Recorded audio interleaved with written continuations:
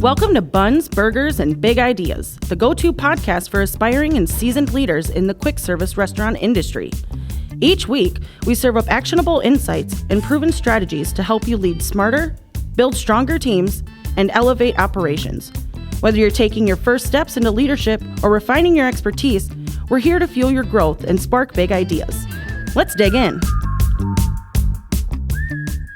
Good morning, Mr. Eric. How are you? Man, I am so good. I'm so excited about today. We're going to actually dive into the levels of leadership today. There's levels? Yeah, there are. I thought once I was promoted, I'm in charge and I'm in leadership now. Yeah, well, you absolutely are. Yeah, you are. Like once you get promoted, it feels really good. So yeah, today we're going to kind of dive into what that looks like, the levels of leadership, and how we can kind of move through different levels. Because I'm going to tell you, like you said, like you got promoted, you're the man, right? Yep. Like yes, it's me. So I am. I'm super excited about talking about like, hey, you're a manager, and here's some things about what you do and who you are, and how you can keep just, I guess, excelling in the leadership journey. Well, and for our listeners who have been around for a while, we're talking about leadership as a growth thing, right? And staying relevant and always pushing to learn the next thing or be the next thing. And so level one is like that first step. Yeah. It's like you're here. Yeah. You have the role, you have the title to be a leader. Yeah. So what are you going to do about it? And so level one, we're going to talk about a little bit more. Yeah. So for our listeners and for everybody out there, the 5 levels of leadership were really brought on by Maxwell, right? So John Maxwell and his group of leaders and coaches. So if you want to learn more on your own, please feel free to like Google that or research more. I know he's got some books on it. But there are 5 levels of leadership. And like you said, level 1 is really that first level of position, whereas that entry level, right? You earned it. You've got your title. Level 2 is a little bit more about permission. And we'll get into that in next week's episode where you're starting to build relationships, right? Like people want you to start leading them. Yeah. And then you've got production, people development, and pinnacle. So level 3 with production, right? That's where you're starting to learn how to really motivate people. You're starting to build influence. You're getting those results a lot easier than you probably were in level 1. Yeah. Because if I tell my team, I'm newly promoted and I'm here, right? I'm the boss man, and I'm telling them to go, get, do this for me, without actually doing the work.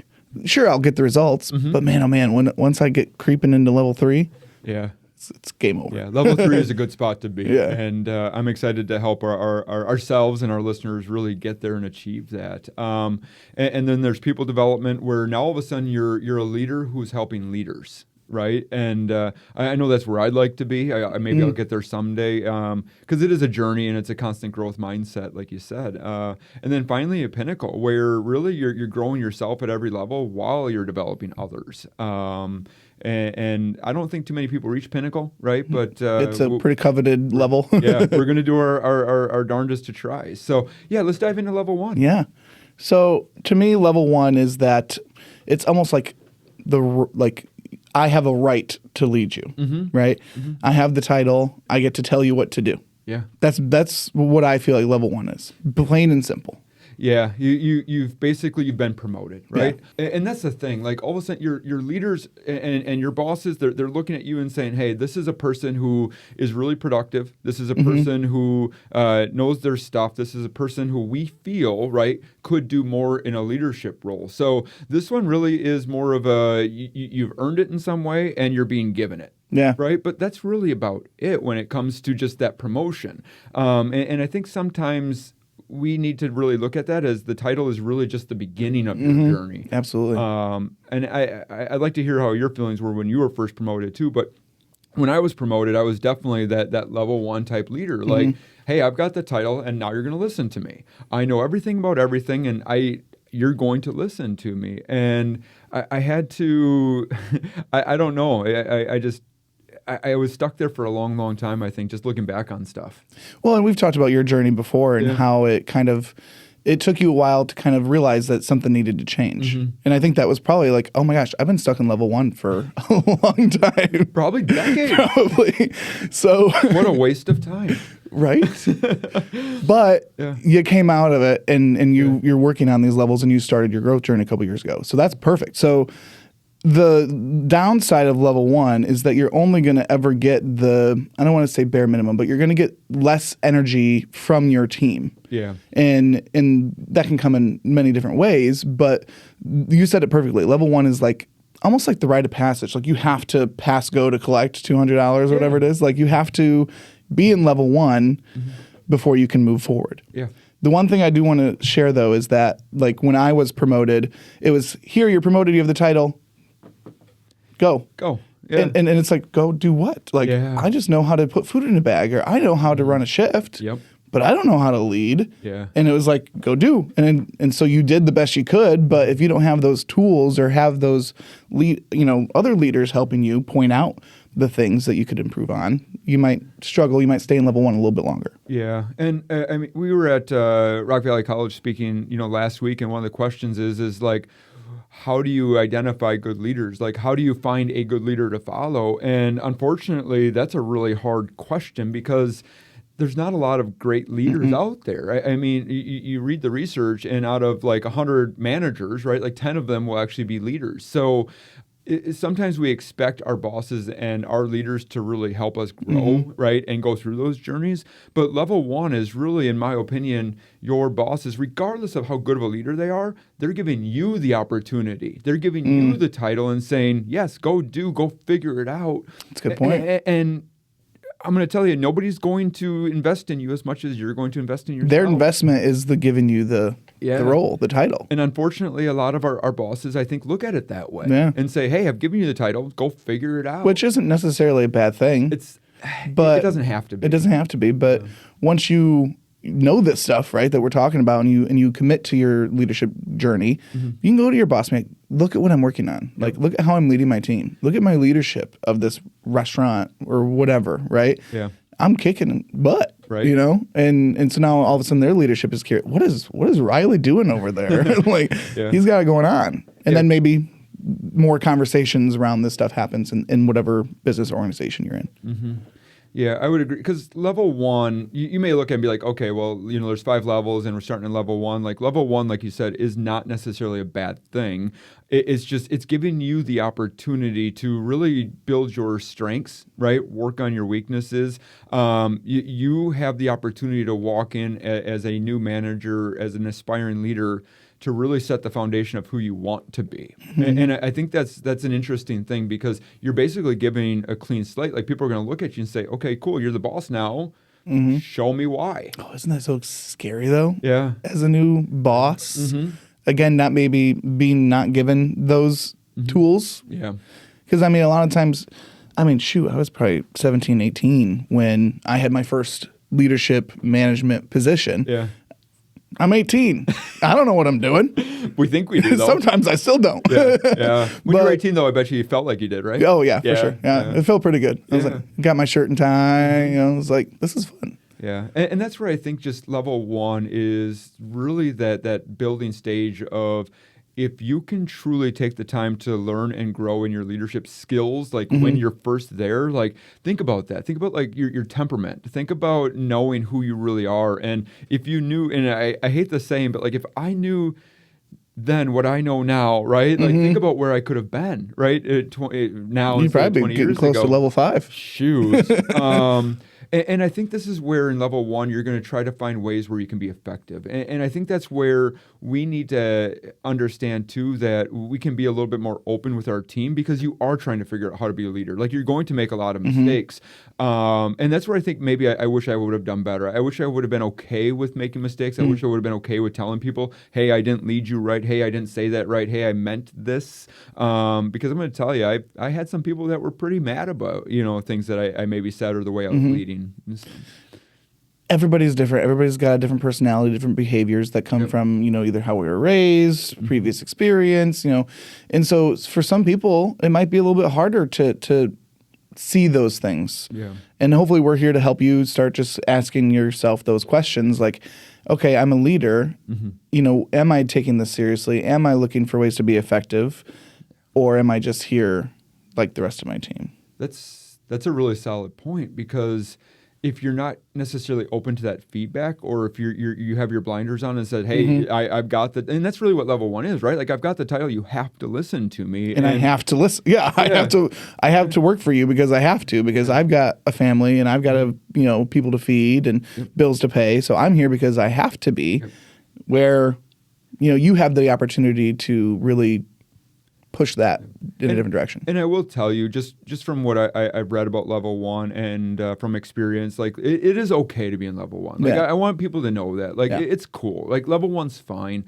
You just don't want to stay there for a long, long time. And I don't know what that means. Yeah, I was gonna say, what is a long time? I don't know what long time really means. I mean, it could be 3 months, 6 months, because I think it takes time. Like level 2 is more about relationship, and like I said, we'll talk more about that.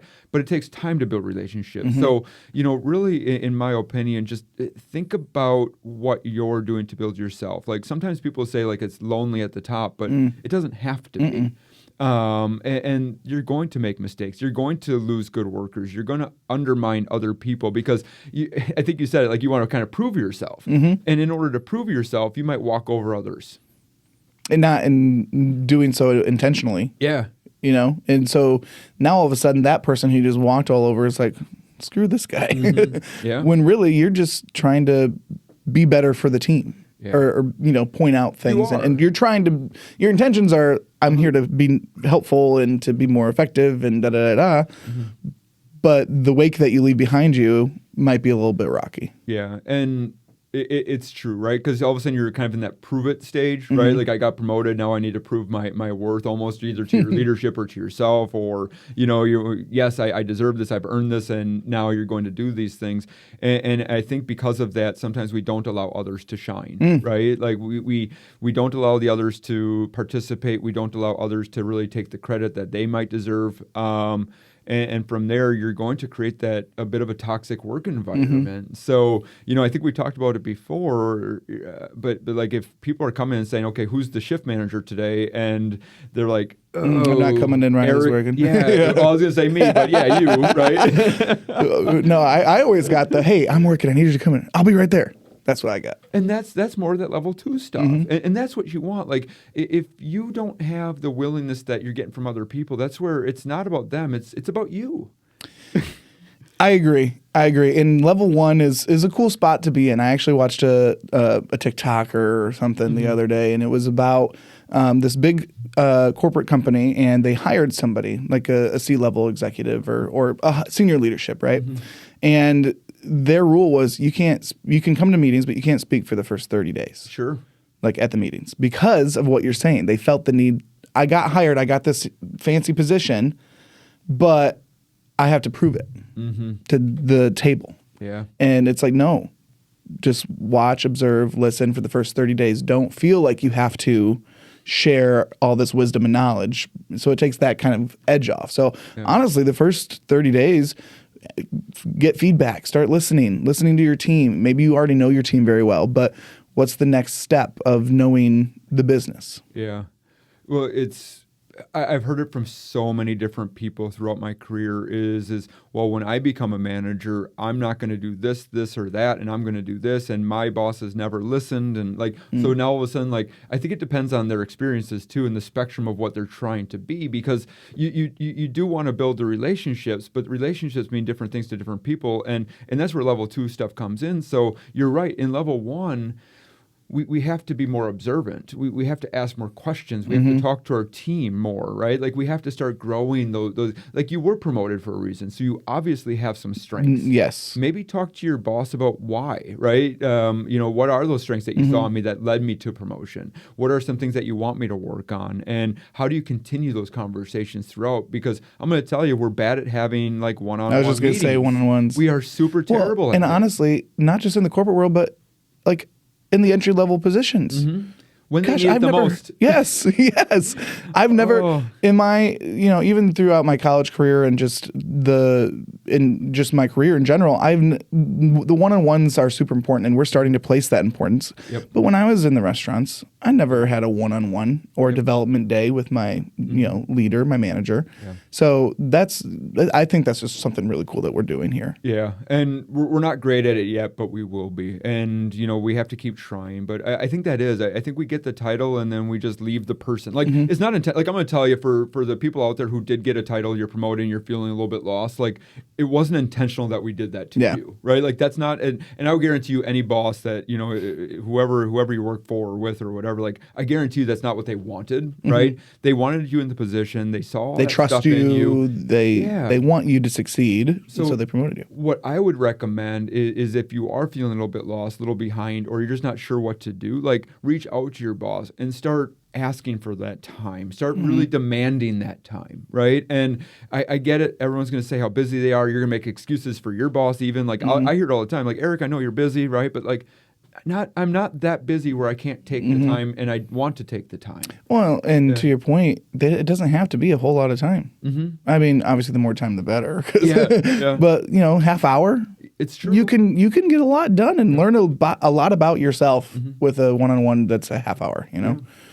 I wanted to ask you, what are some other benefits of one-on-ones besides just that check-in? Sure. I think the benefit, especially for a level 1 leader, is as long as we stay open to feedback, it really is about building the foundation of that time, right? Like, really identifying and going to your boss and saying, hey, here's some things that I want to do, right? Like, I think sometimes we go to our boss during a one-on-one and we just expect them to just, They run the show. Yeah. But really what I would ask is that we run the show, right? Like, we as I don't know if the right word, subordinate, right? Or the person who's talking to your boss, right? Like, go in there with things that you want to work on and ask for the support. Hey, I'd like to learn more about this, and here's some things that I'm thinking we could do. Here's some things that I think I could do. Like, go in with a plan and a solution, because sometimes it might be, well, I'm waiting for Riley to teach me. I'm waiting for Riley to coach me. I'm waiting for Riley to develop me.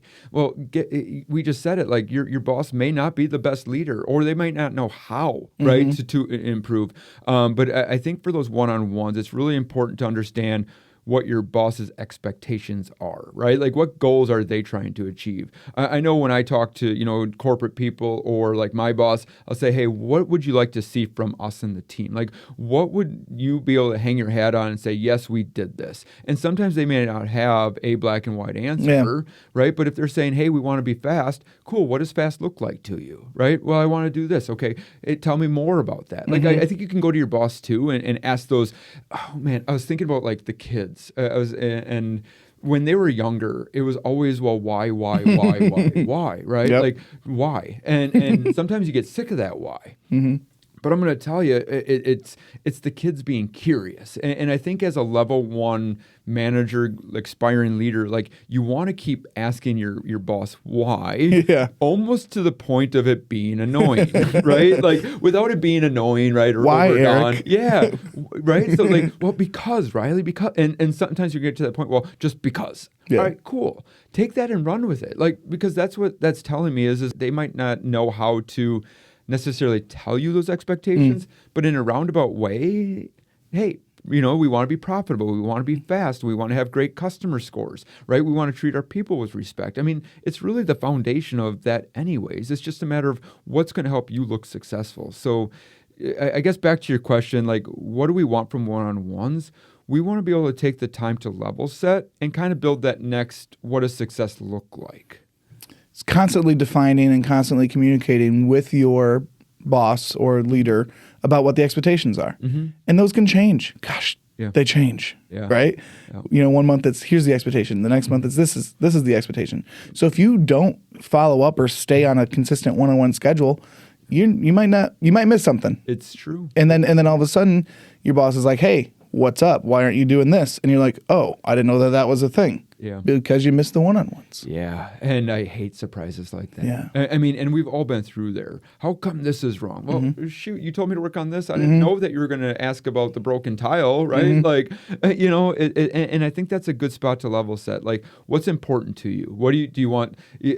I remember working overnights, and for my general manager, right, what was important to her was making sure that everything was cleaned, and she didn't care if anything was stocked, right? So as long as everything was cleaned when she walked in, she was happy. She was super happy, and that's what my focus was then, right, is to make my boss happy. Yeah. Because I hated it when Tony was mad. Oh man, when she was mad, right, or disappointed. Like, so people, we want to please our bosses. We just sometimes don't know how, and I'm going to share this too. We were at our leadership meeting. Oh man, like our leadership meeting was awesome. It was so cool. But Haley came to me and she's like, Eric, I was able to use one of your phrases during a meeting because we had our people who were saying, well, I told them to clean lobby, or I told them to stock, I told them to do these things, and yet they don't listen, they don't meet my expectations. They're like, they just don't care. They, yeah. They. And Haley said, I used this phrase. So for those of you who maybe haven't heard this before, I'm going to say it slowly or maybe repeat myself.